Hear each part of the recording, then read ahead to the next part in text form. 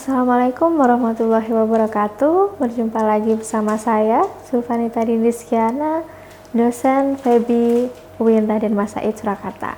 Pada kesempatan kali ini kita akan membahas mengenai konsep peluang. Apa itu peluang? Mari kita simak. Oke, nah apabila teman-teman mungkin pernah bermain dadu atau mungkin bermain lempar uang koin atau mungkin kartu, nah itu bisa menjadi salah satu bentuk dari peluang, di mana peluang sendiri di statistika merupakan core-nya atau utama dalam statistika, karena statistika memang dasarnya adalah peluang. Nah, kalau kita membicarakan mengenai populasi, kemudian apabila kita tarik dengan menggunakan sampling, menarikan contoh, maka kita akan mendapatkan contoh begitu ya. Kemudian ini dalam statistika biasa disebut dengan statistika deskriptif. Namun apabila kita mau menduga dari sampel atau dari contoh untuk mengeneralisir atau menarik kesimpulan untuk populasi, maka itu biasa disebut dengan pendugaan. Nah, dalam pendugaan ini kita sering menemukan ketidakpastian. Nah, ketidakpastian ini memerlukan yang namanya ilmu peluang atau ilmu probabilitas. Nah, dalam statistika hal ini disebut statistika inferensia, seperti yang sudah dijelaskan pada beberapa pertemuan yang lalu, bahwa metode statistika dibagi menjadi dua, statistika deskriptif dan statistika inferensia. Apakah teman-teman masih ingat? Coba diingat kembali ya kalau misalkan belum ingat atau lupa. Oke, ketidakpastian sendiri ini bersifat acak. Nah, suatu fenomena dikatakan acak jika hasil dari suatu percobaan bersifat tidak pasti, karena peluang atau kejadian-kejadian yang mungkin kita temui di kehidupan sehari-hari itu tidak pasti gitu ya. Nah, fenomena acak ini sering mengikuti suatu pola tertentu. Keteraturan acak dalam jangka panjang dapat didekati secara matematis. Studi matematis mengenai keacakan itu disebut dengan teori peluang. Nah, dari teori peluang ini dapat menentukan semua kemungkinan yang dapat terjadi. Nah, ada dua teori di peluang. Nah, apa saja? Yaitu deterministik, di mana suatu percobaan yang menghasilkan output yang sama, dan probabilistik, yaitu hasil dari percobaan bisa sembarang kemungkinan hasil yang ada, seperti itu.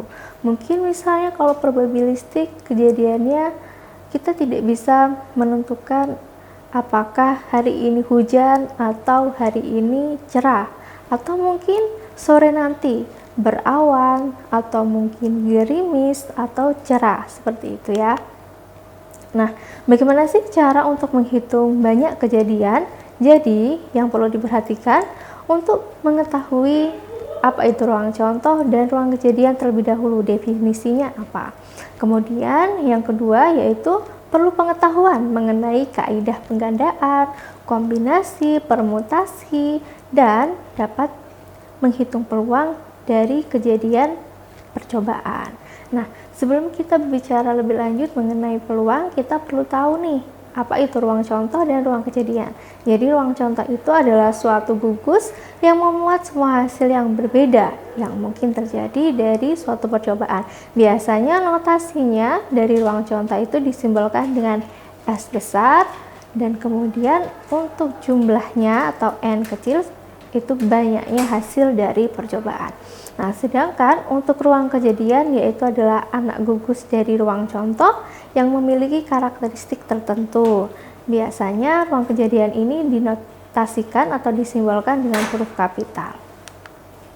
Nah, ilustrasinya seperti contoh di samping ya teman-teman. Jadi misalkan kita punya dua koin yang setimbang, dilempar akan menghasilkan kejadian saling bebas, di mana ruang contohnya itu ada, misalkan bisa jadi ya dari dua mata uang koin, bisa saja ruang contohnya angka-angka. Ketika kita melempar, yang didapat adalah angka-angka. Bisa jadi ketika kita melempar yang terjadi pada koinnya adalah yang keluar angka gambar. Mungkin saja bisa terjadi gambar angka, koin yang pertama gambar, koin yang kedua angka, dan mungkin sebaliknya, koin yang pertama gambar, yang kedua angka. Nah, kemungkinan yang keempat bisa jadi dua-duanya gambar seperti itu. Nah, kita bisa mengerucutkan ruang kejadiannya, yaitu kejadian A munculnya sisi gambar, atau mungkin kejadian B yaitu munculnya sisi yang sama. Sisi yang sama di sini berarti sisi angka atau sisi gambar. Nah, misalkan nih ruang kejadian A atau munculnya sisi gambar itu berarti kita bisa menentukan ruang kejadiannya yaitu angka gambar, gambar angka, dan gambar-gambar. Nah, sedangkan untuk sisi yang muncul sama atau kembar yaitu ruang kejadiannya yang pertama yaitu angka-angka dan yang kedua adalah gambar-gambar. Nah, mungkin ilustrasi yang kedua, mungkin kalian pernah bermain ular tangga menggunakan dadu. Jadi mungkin kita lemparkan dua dadu yang setimbang, yang saling bebas. Ruang contohnya mungkin bisa saja dari dua dadu tersebut dijumlahkan, misalkan mendapatkan angka 11, 12, 36, 24, dan lain-lain, sehingga jumlah ruang contohnya ada 36. Nah, ruang kejadiannya atau kejadiannya bisa dimisalkan dengan jumlah dadu ganjil. Nah, ruang kejadiannya berarti ada 12, 14, 16, 21, dan lain-lain. Yaitu berjumlah sebanyak 18 ruang kejadian. Oke. Nah, tadi kita sudah berbicara bagaimana caranya untuk mengetahui banyaknya kejadian. Salah satunya yaitu menggunakan faktorial. Nah, faktorial di sini yaitu jika n adalah bilangan bulat positif, maka caranya yaitu n faktorial sama dengan n dikali n-1 dikali n-2 dan seterusnya sampai 1. Jadi n faktorial itu sama dengan n dikali n-1 faktorial. Nah, kasus khusus untuk 0 faktorial sama dengan 1. Contohnya misalkan 4 faktorial. Jadi bagaimana caranya? Yaitu 4 dikali 3 dikali 2 dikali 1 sama dengan 24. Jadi 4 faktorial itu sama dengan 24. Nah, contoh yang kedua, 5 faktorial. Bagaimana cara menghitungnya? Yaitu 5 dikali 4 dikali 3 dikali 2 dikali 1 sama dengan 120. Nah, apabila 10 faktorial bagaimana caranya? Coba teman-teman praktekkan secara langsung mandiri ya.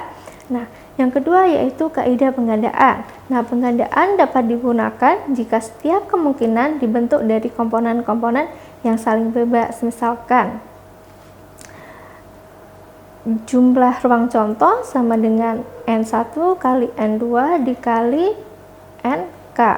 Nah, contohnya yaitu apabila kita melempar 3 buah mata uang, berarti kita mendapatkan ruang contohnya yaitu 2 kali 2 kali 2 sama dengan 8. Apabila kita melemparkan 2 buah dadu berarti kan sisinya ada 6. Berarti 6 kali 6 sama dengan 36. Seperti itu. Nah, selanjutnya yaitu adalah permutasi. Permutasi merupakan kejadian di mana susunan objek yang terpilih diperhatikan. Nah, ilustrasinya seperti ini ya. Misalkan memilih orang untuk membentuk kepengurusan suatu organisasi di mana jika si A terpilih menempati posisi ketua berbeda, maknanya dengan si A terpilih menempati posisi wakil ketua. Nah, misalkan terdapat 5 kandidat, akan dibentuk susunan pengurus yang terdiri dari ketua, wakil ketua, dan bendahara. Maka permutasi dari tingkat 3 dari 5 objek sama dengan P. Kita simbolkan permutasi itu sama dengan P. Permutasi 5 dari 3 yaitu 5 faktorial dibagi 5 dikurangi 3 faktorial sama dengan 5 faktorial dibagi 2 faktorial sehingga didapatkan 60. Jadi permutasi tingkat R dari n unsur atau objek disimbolkan dengan P n R kecil sama dengan n faktorial dibagi N min R faktorial. Nah, sedangkan untuk kombinasi merupakan kejadian di mana susunan objek yang terpilih tidak diperhatikan. Nah, misalkan nih ilustrasinya, memilih sejumlah orang untuk menempati sejumlah kursi tempat duduk di mana susunan tempat duduk tidak menjadi perhatian. Nah, misalkan terdapat 5 orang yang akan dipilih, 3 orang untuk menempati tempat duduk yang tersedia. Nah, kalian mungkin bisa secara manual, misalkan kita pilih A, B, C, D, E, kemudian kalian bisa susun secara manual A, B, C, A, B, D, A, B, E, sampai seterusnya. Atau kalian bisa menggunakan rumus kombinasi, yaitu kombinasi N, R sama dengan N faktorial. Kalau dalam hal ini ilustrasinya 5 faktorial dibagi 5 min 3 faktorial dikali 5 faktorial sehingga didapatkan 10. Nah, ada contoh di sini. Dalam satu kepengurusan terdiri dari 5 laki-laki dan 4 perempuan. Jika akan dipilih satu tim yang terdiri dari 2 orang laki-laki dan seorang perempuan untuk mewakili dalam Munas, ada berapa susunan tim yang mungkin terbentuk? Kira-kira ada berapa ya? Oke, dari contoh ini kita bisa menggunakan kombinasi untuk mendapatkan berapa susunan tim yang mungkin terbentuk, yaitu dengan cara 5 kombinasi 2 dikalikan 4 kombinasi 1. Mungkin teman-teman sedikit bingung ya dengan bentuk ini karena memang biasanya kombinasi langsung dituliskan dalam bentuk kurung besar, ada dua angka, satu di bawah, satu di atas, satu di bawah, itu menunjukkan bahwa kita sedang mengerjakan kombinasi. Nah, yang pertama yaitu kombinasi 5 dari 2, yaitu 5 faktorial dibagi 5 min 2 faktorial kali 2 faktorial dikali 4 faktorial dibagi 4 min 1 faktorial kali 1 faktorial, sehingga didapat dari sini kombinasi 40, sehingga ada 40 cara yang digunakan untuk menyusun tim yang akan terbentuk di dalam Munas dari laki-laki dan perempuan. Oke, contoh yang kedua yaitu pelemparan 3 buah koin yang sama akan menghasilkan berapa kemungkinan kejadian sisi gambar. Kira-kira kita memakai permutasi atau kombinasi? Coba teman-teman bisa mengerjakan secara mandiri. Nah, contoh yang kedua yaitu sebuah panitia yang terdiri dari 3 orang hendak dibentuk dari sejumlah 20 orang. Berapa banyak panitia yang akan dibentuk? Nah, kira-kira teman-teman menggunakan permutasi atau kombinasi? Dari contoh soal ini, silakan teman-teman bisa mengerjakan secara mandiri. Oke, untuk konsep peluang sudah saya jelaskan. Semoga teman-teman bisa mendapatkan suatu pengetahuan yang baru mengenai peluang. Terima kasih atas perhatiannya. Kurang lebihnya mohon maaf. Wassalamualaikum warahmatullahi wabarakatuh.